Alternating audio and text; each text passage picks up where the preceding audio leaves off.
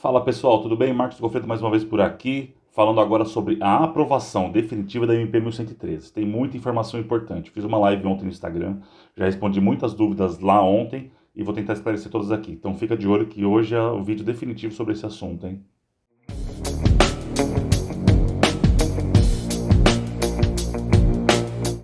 Muito bem, eu fiz um vídeo ontem falando sobre a aprovação da MP 1113 na Câmara. Falei, vamos ficar calma, não é o fim do mundo. Ainda tem tempo, vamos contar que não vai dar tempo de aprovar no prazo. Os senadores aprovaram em tempo recorde, em menos de 24 horas, está aprovada a MP. O que vai acontecer agora? A MP vai para a sanção do presidente, foram feitas pequeníssimas mudanças, somente em relação a alguns procedimentos, nada em relação ao auxílio acidente. Então, por conta disso, vai voltar para o presidente para ele sancionar, certamente ele vai sancionar, e aí vai virar lei a MP 1113. A partir de agora, qual é o próximo passo? Não quer dizer que amanhã você vai ser convocado pelo INSS para fazer a perícia. A partir de agora, o INSS vai fazer uma norma regulamentando como é que ela vai aplicar a nova lei, que é a MP 1113, transformada em lei. Então, o que isso quer dizer? Quer dizer que o INSS vai, a partir de agora, determinar quem serão as pessoas que vão chamar. Qual vai ser a frequência que as pessoas vão chamar. Vou chamar todo mundo? Vou chamar determinadas pessoas? Vou aproveitar quando o beneficiário do auxílio acidente se afastar para, na perícia do auxílio doença, já avaliar se ele continua com a sequela ou não? A gente não tem essas respostas ainda, tá? Vale lembrar uma coisa que eu falei lá atrás, no meu primeiro vídeo, quase 3, 4 meses atrás, nem lembro quando foi. A MP 1113 permite que o INSS convoque o segurado para a perícia. A MP 1113 não está falando que o INSS vai poder cortar o benefício de quem recebe por força de uma decisão judicial, tá? Isso é uma coisa muito importante separar. Quem recebe o benefício administrativamente, ou seja, não precisou entrar com processo judicial, esse benefício sim o INSS pode reconsiderar se o perito considerar que o segurado não está mais com sequela. Então vamos imaginar o seguinte: se você ganhou o benefício porque teve uma lesão no ombro, por exemplo, uma ruptura de tendão, fez uma cirurgia, ou um problema na coluna, e o INSS te mandou para um processo de reabilitação e já te deu o benefício, nesse caso, o INSS pode reconsiderar essa decisão se na avaliação do médico você estiver curado, tá? Milagrosamente você se curou, e aí o INSS vai entender que pode cortar. Nesse caso, o que a pessoa vai precisar fazer? Ela vai precisar procurar um advogado e entrar com um processo judicial explicando o que aconteceu. Olha, eu recebi o benefício do INSS por conta de tal lesão, o INSS me pagou de tal data, até que ele cortou por entender que eu não tinha mais sequelas, mas eu continuo com as sequelas. Aí, no processo judicial, vai ser feita uma perícia e, de acordo com o resultado do laudo, seu benefício vai ser reativado ou não, tá bom? Se o perito confirmar que você não tem mais sequelas, aí você só vai poder rediscutir isso se tiver um agravamento da sua lesão, tá bom? Já para quem recebe o benefício por via judicial, que é a grande maioria dos casos, o INSS não vai poder cortar por própria decisão o benefício que foi reconhecido pela justiça. Por quê? Existe uma coisa que provavelmente vocês que assistem esses vídeos, vocês estão inteirados já desse assunto, existe uma coisa que se chama coisa julgada. Ou seja, o judiciário já apreciou aquela questão, já não tem mais discussão, não cabe mais recurso, ou seja, ele é um julgado, já está definido. E só quem pode modificar uma sentença transitada em julgado é o próprio Poder Judiciário, tá? Então o INSS não pode, por conta própria, chamar quem ganha o benefício por força de uma decisão judicial e cortar porque ele entende que o beneficiário está curado, tá bom? Isso é uma coisa muito importante de destacar. E a gente só vai saber o que o INSS vai fazer depois que o INSS soltar essa nova norma, essa regulamentação, dizendo como que eles vão operar a MP 1113. Então, se nessa regulamentação lá disser que se for constatado vai poder cortar o benefício, aí essa regulamentação é inconstitucional, não tem dúvida nenhuma, tá bom? Relembrando então, quem recebe porque ganhou o benefício administrativamente, ou seja, não precisou entrar com recurso, não precisou entrar com processo, não precisou contratar advogado, não precisou de nada, o INSS vai poder cortar se ele entender que você está curado, que você se livrou da sua sequela. Por quê? o INSS está só reconsiderando um ato que ele teve lá atrás. Então, nesse caso, o INSS vai poder reconsiderar e aí vai ter que entrar com processo judicial, tá? Já quem recebe o benefício por conta de uma decisão judicial, o INSS até vai poder te convocar para perícia, desde que ele não entenda que, se o médico constatar que você não tem mais nenhuma lesão, vai poder cortar o benefício, tá? Se nessa norma do INSS, já responderam umas dúvidas que eu sei que vocês vão me perguntar, se nessa norma do INSS disser que vai poder cortar mesmo de quem recebe judicial, aí cabe um mandado de segurança para dizer que o INSS está ferindo o direito líquido certo, tá bom? Se nessa regulamentação do INSS disser que vai convocar o beneficiário e caso constate que não tem mais sequela, vai entrar com uma ação revisional, aí não cabe um mandado de segurança, aí tem que esperar o INSS entrar com essa ação. Explicando o que é uma ação revisional. Ação revisional, como o próprio nome fala, é para revisar alguma coisa. O que é essa alguma coisa? É a sentença anterior do seu processo. Então você teve um processo que foi favorável para você, você teve o seu direito reconhecido ao benefício, só que no olhar do INSS, a sua situação de fato, ou seja, o estado físico que você se encontra mudou. Então naquele momento você tinha uma sequela e agora você não tem mais. Então, por conta disso, quando existe uma condenação para pagamento sucessivo, ou seja, pagamento de parcelas mês a mês, que é o caso do auxílio acidente, caberia aí um pedido de revisão da sentença.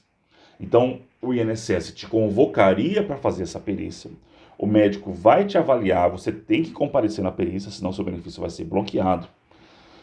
O médico vai te avaliar e se na avaliação dele você não tiver sequela alguma, aí o INSS teria que entrar com essa ação revisional para rediscutir. Aí qual é o caminho? É o mesmo caminho que você teve no seu processo, tá? A diferença é que se o INSS perder o processo, ele vai ter que recorrer se ele quiser continuar discutindo. No seu processo, o INSS não precisou fazer isso e o processo ia para a segunda instância de qualquer maneira. Mas o importante deixar claro é isso. O caminho legalmente correto seria esse. O INSS convocar o segurado que recebe o benefício por força de uma decisão judicial e aí então ajuizar, se ele entender que você está curado, uma ação revisional, tá bom? Uma das perguntas que me fizeram na live ontem, inclusive eu vou deixar o link da live aqui na descrição do vídeo, eu falei quase 50 minutos sobre esse assunto, então lá vai ter mais informação do que eu vou gravar aqui, ninguém vai aguentar ficar me vendo aqui 50 minutos. Uma das perguntas que me fizeram foi o seguinte: mas o INSS vai poder continuar entrando com ações revisionais infinitamente? Na verdade, sim, tá?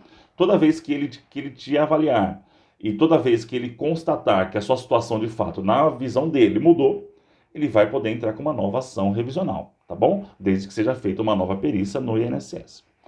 Eu não sei quando o INSS vai soltar essa norma, provavelmente essa norma já está pronta, então já deve estar em vias de ser publicada.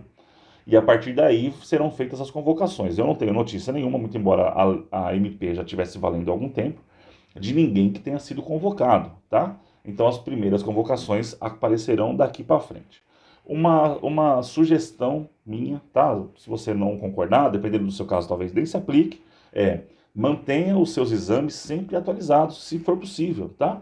Se você tem um convênio médico, se você tem condições de continuar um tratamento, continue fazendo um tratamento. Ah, mas eu sofri uma amputação. Não vai ser o caso, não precisa. Ah, mas o meu caso é grave, eu perdi massa muscular. Talvez também não precise. Mas na maioria dos casos, de quem recebe judicial, é por uma lesão ocupacional ou por uma lesão que não é aparente aos olhos. Então, se você fez uma cirurgia no punho, por exemplo, o perito vai te avaliar. Ele só de olhar, ele não sabe se você está com uma lesão ou não está uma lesão. Ele vai fazer os testes lá na hora, que são subjetivos, ou seja, ele vai sair da cabeça dele o resultado. E aí a gente não sabe o que vai acontecer.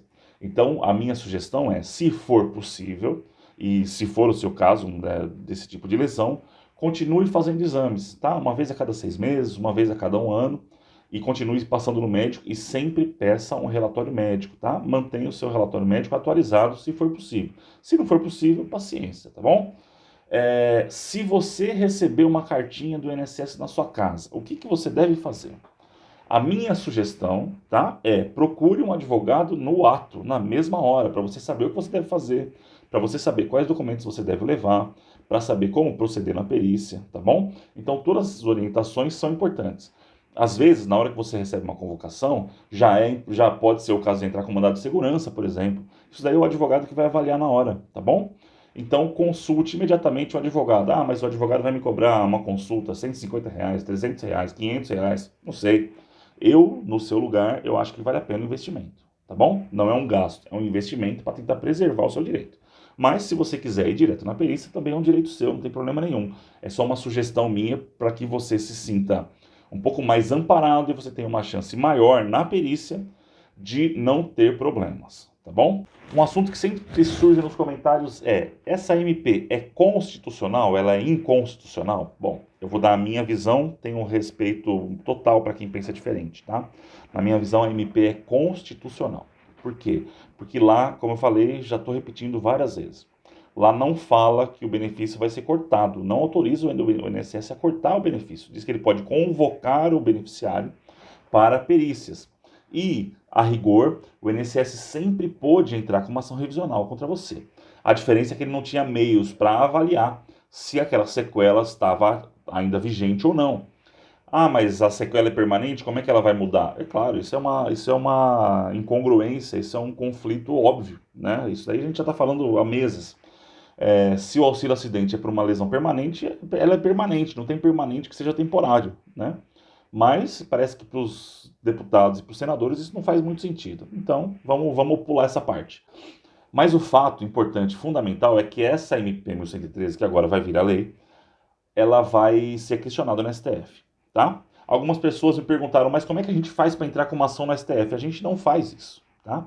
Não é possível questionar individualmente a constitucionalidade de uma lei no STF, tá? Eu, Marcos, não posso entrar. Você que está assistindo o vídeo não pode entrar. Quem pode entrar? Órgãos de classe podem entrar, o sindicato, organizações de classe, por exemplo, a OAB poderia, mas não contem com isso, não vai acontecer. Confederações podem entrar, a CUT pode entrar, órgãos sindicais, suprassindicais que a gente fala, né? Podem entrar. Partidos podem entrar, tá? Então, essas organizações podem entrar com essa ação de constitucionalidade. E aí sim questionar no STF se a MP é constitucional ou não, tá bom? Se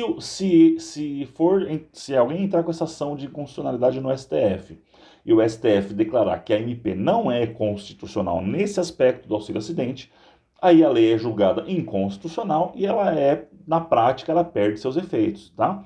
Então ela não geraria mais efeitos. Mas isso ainda vai demorar um pouquinho para acontecer, porque até entrar com a ação, até o STF julgar, ainda tem um longo caminho, tá? Então, na minha visão, como eu falei, ela não é inconstitucional em si.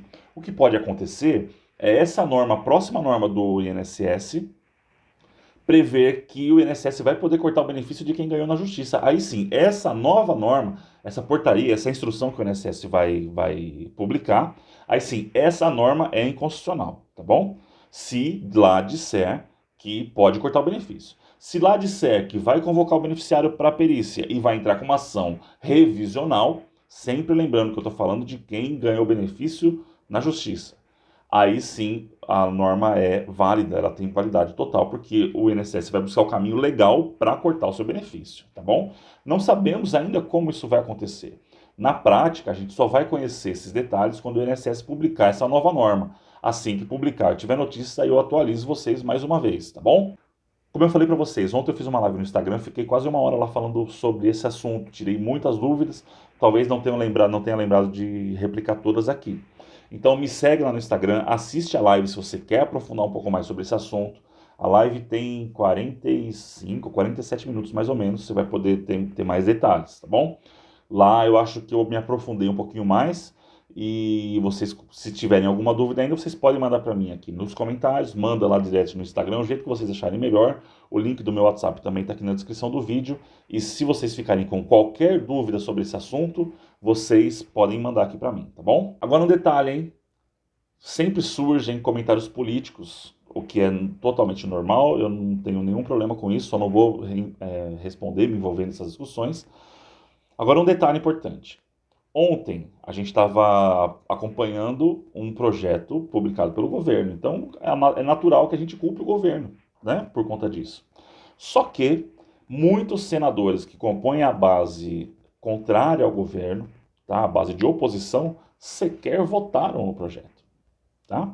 Para quem acompanhou a votação, pôde perceber lá que em vários momentos, o presidente do Senado chamava os deputados, deputado fulano, senador fulano, precisa votar, senador ciclano, precisa votar, e eles não votavam, tá?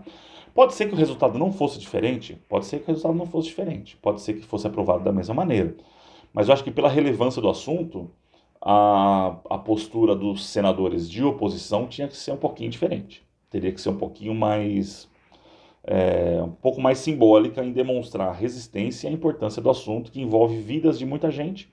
E vale lembrar que quem recebe um benefício por auxílio acidente é uma pessoa que tem uma restrição física, é uma pessoa que tem uma restrição no mercado.